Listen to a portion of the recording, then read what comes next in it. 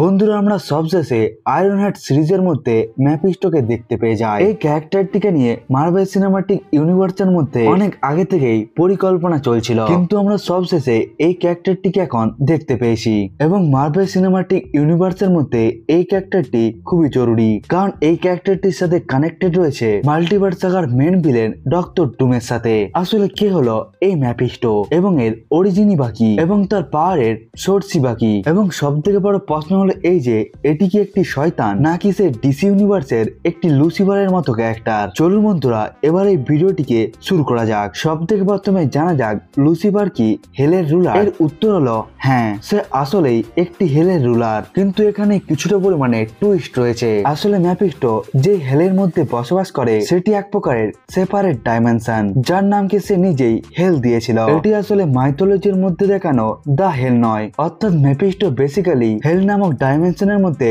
Rule করে থাকে। এবার দ্বিতীয় প্রশ্ন হলো এই যে ম্যাফিস্টো কি একটি শয়তান অথবা লুসিফারের মতো ক্যারেক্টার। এর উত্তর হলো না, ম্যাফিস্টো কোনো প্রকার মাইথোলজির শয়তান নয়, এমনকি সে কোনো প্রকারের ফলেন এঞ্জেলও নয়। ম্যাফিস্টো আসলে এক প্রকারের সেপারেট এন্টিটি, যে একটি ডিমেনের মতো এক্সিস্টেন্সের মধ্যে এসেছিল। তার কাজগুলো তো একটি শয়তানের মতোই হয়ে থাকে, কিন্তু সে আসলে এক প্রকারের শয়তান নয়। এবার জানা যাক ম্যাফিস্টো আসলে কে। এটি আসলে তখনকার কথা যখন ইউনিভার্সের মধ্যে কোন রকম এক্সিস্টেন্সই ছিল না। ওই সময়ের মধ্যে একটি প্রাইমোডিয়াল এন্টিটি এক্সিস্ট করত, যার নাম ছিল নেমিসিস, এবং এই নেমিসেরই সময়কে বলা হতো ফার্স্ট কসমোস। এবং মার্ভেল কমিকের এখন বর্তমান কসমোস চলছে 8 নম্বরে। নেমেসিস অনেকটা সময় ধরে বোরিং হয়ে যাওয়ার পর নিজের ফুল পাওয়ারকে ব্যবহার করে একটি ক্রিয়েশনকে তৈরি করে নেয়। যেহেতু নেমেসিস এক প্রকারের নিউট্রাল এন্টিটি ছিল, এই জন্য সে নিজের এই ক্রিয়েশনকে এরকম গুড অথবা ইভেল বানাতে চায়নি। এই জন্য তার এই ক্রিয়েশনটি নিজে থেকেই ইভেলে পরিবর্তন হয়ে যাওয়ার কথাকে ভাবতে শুরু করে, এবং এই ক্রিয়েশনটি ছিল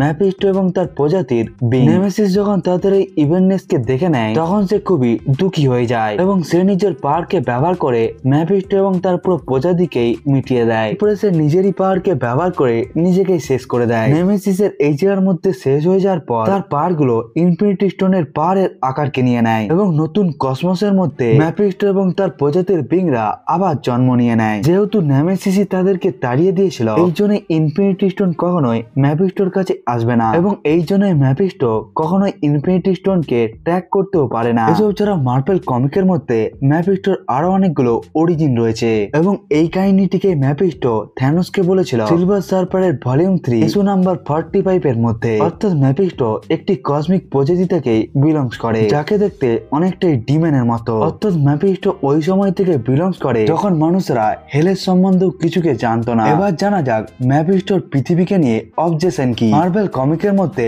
বাকি সমস্ত ভিলেনদের মতো ম্যাফিস্টো পুরোপুরি ভাবে অবজেস্ট হয়েছে পৃথিবীর সাথে, এবং এর পেছনে খুবই ভালো একটি এক্সপ্লেনেশন রয়েছে। যে কমিকের মধ্যে ম্যাফিস্টোকে ইন্ট্রোডিউস করা হয়েছিল সেটিকে সে নিজেই বলেছিল সিলভার সার্ফারকে, এমনকি সে তাকেও বলে দেয় তার গ্র্যান্ড প্ল্যান কি। ম্যাফিস্টো বেসিক্যালি এমন এক প্রকারের এন্টিটি যে ইভিল এবং নেগেটিভিটির উপর বেঁচে থাকে, এবং সে ওটির সাহায্যেই শক্তিশালী হতে থাকে, এবং এই জন্যই সে মানুষদেরকে খুবই ইন্টারেস্টিং মনে করে। ম্যাফিস্টো সবসময় ফ্যাসিনেট থাকে এই কথাকে মনে করে মানুষের মধ্যে যে ইভিল নেচার রয়েছে সেটি আসলে এতটাই স্ট্রং যেখানে মানুষেরা ভালোর দিককে ছেড়ে খারাপ দিককে বেছে নেয়, এবং এই সমস্ত ইভেন্টনেসের জন্যই ম্যাফিস্টো পাওয়ারকে পেয়ে থাকে, এবং এর ফলে সে মানুষদেরকে আরো বেশি পরিমাণে কারেক্ট বানিয়ে দিতে চায়, যাতে মানুষের আরো বেশি পরিমাণে ইভেন্টনেসের এককে পারফর্ম করতে পারে, যাতে ম্যাফিস্টো ধীরে ধীরে আরো পাওয়ারফুল হতে পারে, এবং এর ফলে সেই পৃথিবীর ডাইমেনশনকেও কনকার করতে পেরে যাবে। এবং এই কারণে ম্যাফিস্টো নিজের অ্যাপিয়ারেন্সকে একটি ডেভিলের মতো রাখে। সে নিজের ডাইমেনশনকে নিজে থেকেই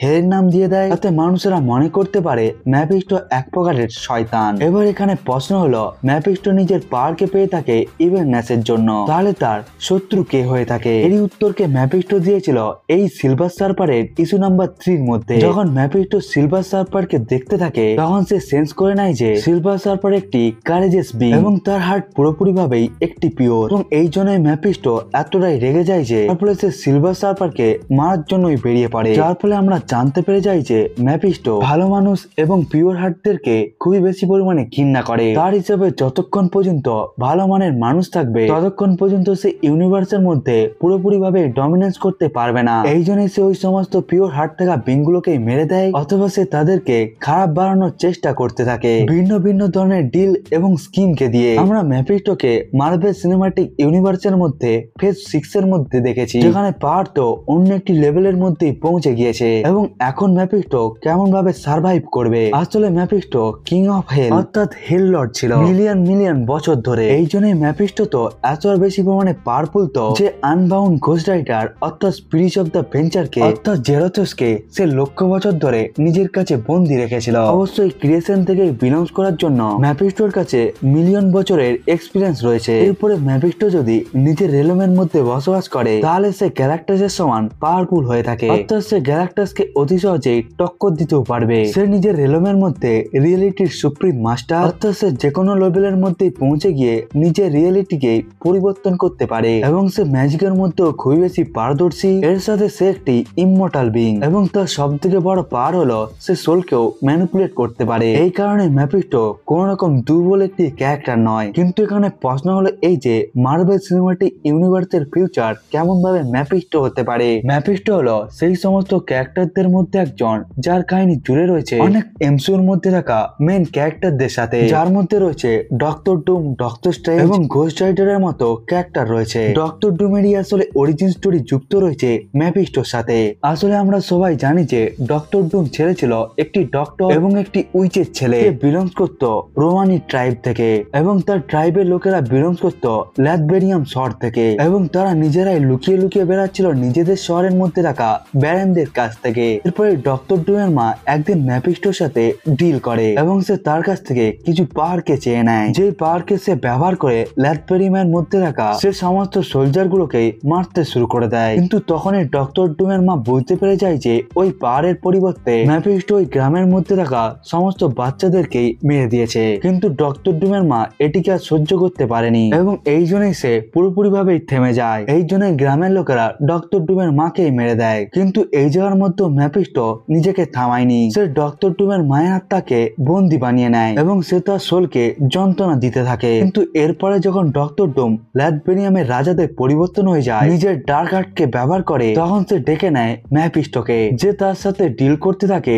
সে তার মায়ের আত্মাকে মুক্ত করতে চায় এবং এর জন্যই সে তার সাথে লড়াইকেও করবে। এরপরে ম্যাপিস্টো ওই ডিলকে মেনে যায় এবং সে শর্ত দেয় যে সে প্রত্যেক বছরই তাকে একটি সুযোগ দিবে এবং সে যতবারই ম্যাপিস্টোর কাছে হেরে যাবে ততটাই বেশি পরিমাণে তার লোকেরা তার উপরে ঘৃণা করবে এবং এই কথাকেই ডক্টর ডুম মেনেও যায়। এটি ডক্টর ডুমের অরিজিন কাহিনীর সাথে জুড়ে রয়েছে। অন্যদিকে ডক্টর স্ট্রেঞ্জের সাথেও ম্যাপিস্টোর এই জন্যই দেখা হয়েছিল কারণ তাদের সাথে যুক্ত ছিল ডক্টর ডুম। যখন ডক্টর স্ট্রেঞ্জ ডক্টর ডুমকে সাহায্য করতে থাকে ম্যাপিস্টোর মায়ের আত্মাকে বাইরে বার করার জন্য, এটি আমরা ডক্টর স্ট্রেঞ্জের কমিকের মধ্যেও দেখতে পেয়েছিলাম, যেখানে ডক্টর ডুম ডক্টর স্ট্রেঞ্জের সোলকেই ট্রেড করিয়ে দেয় নিজের মায়ের জন্য। কিন্তু যখনই তার মা ডক্টর ডুমকে দেখে নেয় তখন সে তাকে দেখে খুবই রেগে যায়, কারণ তার মায়ের শেষ ইচ্ছা এটাই ছিল যে ডক্টর ডুম যাতে কোনোভাবেই কোন রকম মিস্টিক্যাল আর্টকে না জানতে পারে। এরপরে ডক্টর ডুম এবং ডক্টর স্ট্রেঞ্জ নিজেদের পাওয়ারকে একসাথে ব্যবহার করে তারা ম্যাপিস্টোর রেলম থেকেই বাইরে চলে আসে। অন্যদিকে আমরা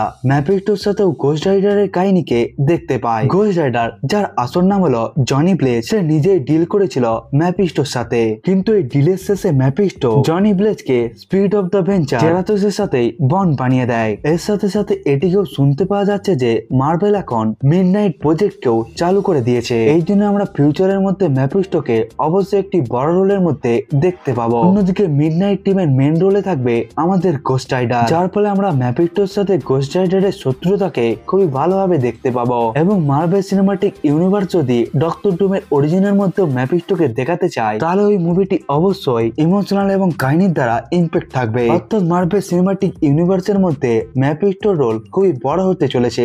বন্ধুরা, আপনারা ম্যাপিস্টোর সম্বন্ধে কি চিন্তা করে থাকেন সেটিকে আপনারা কমেন্ট করে বলতে ভুলবেন না। বন্ধুরা, আজকের এই ভিডিওটি এতটা পর্যন্তই। দেখা হচ্ছে অন্য একটি ভিডিওকে নিয়ে, ততক্ষণের জন্য বাই বাই।